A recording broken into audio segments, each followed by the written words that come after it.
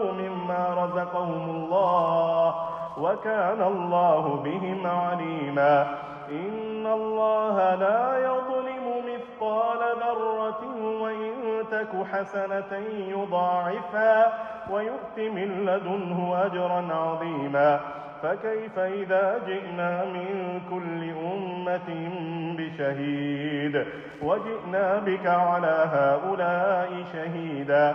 يومئذ يود الذين كفروا وعصوا الرسول لو تسوى بهم الأرض ولا يكتمون الله حديثا.